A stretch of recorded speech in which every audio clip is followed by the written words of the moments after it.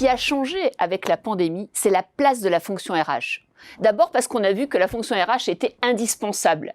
Elle a mis en place des mesures sanitaires, elle a fait des accords sur le télétravail, elle a permis de faire du recrutement à distance et bien d'autres actions. Mais surtout, elle est indispensable parce qu'aujourd'hui, on voit bien que chaque collaborateur a besoin de sens dans son travail et a besoin de se sentir utile avec de la valeur ajoutée, tout en utilisant bien sûr les data et l'intelligence artificielle. Et donc la fonction RH est indispensable et stratégique. Pourquoi ? Parce qu'elle a besoin justement d'accompagner cette transformation de chacun des métiers.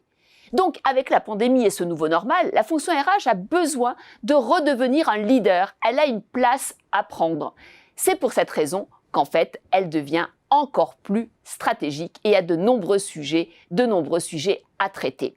Alors, qu'est-ce qu'on peut dire ? On peut dire qu'en fait, comme tous les managers, elle a été en première ligne, ainsi que tous ceux qui ont été essentiels. Mais maintenant, sa mission va être d'accompagner le retour progressif à de nouvelles formes de travail, à de nouvelles formes, bien sûr, de lieux également. Il va y avoir le premier sujet. Le premier sujet, c'est bien sûr l'engagement. Comment faire en sorte pour que les collaborateurs puissent être engagés alors qu'en fait ils vont être à distance, en présentiel, en figital, sur des lieux peut-être différents, avec bien sûr des équipes dans le monde entier. Et cet engagement, il ne se fera pas de la même façon, de façon physique et de façon distancielle. Pourquoi ? Parce qu'en fait le manager va devoir apprendre à faire de l'inclusion, de la déclusion, de la désorganisation dans les réunions pour justement engager un collectif. Et en même temps, il va faire du one-to-one pour développer le feedback et faire en sorte que ses collaborateurs puissent être engagés individuellement. C'est le premier sujet, l'engagement, et la fonction RH doit créer des kits pour justement accompagner cet engagement. Le deuxième sujet, eh bien, c'est un sujet sur les espaces et sur les lieux. La fonction RH a accompagné, bien sûr, la création des flex office, la création des bureaux virtuels.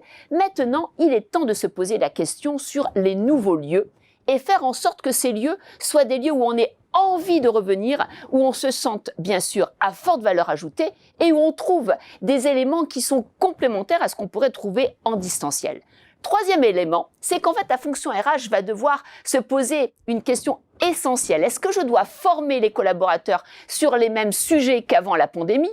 On parlait souvent de soft skills, on parlait de compétences liées à la communication, à l'esprit critique, ou au contraire, est-ce que la fonction RH n'est pas là pour disrupter ces sujets et faire en sorte qu'on va former maintenant les collaborateurs à ce que j'appelle les compétences de centrage, ce qui fait la spécificité de chaque être humain, c'est-à-dire le temps, l'attention, bien sûr savoir gérer les priorités, l'énergie et surtout être en bienveillance pour ne pas être face à des burn-out et des maladies, bien sûr, RPS. Donc, il faut bien comprendre que la fonction RH est là sur un rôle de formation essentiel dans ce nouveau normal.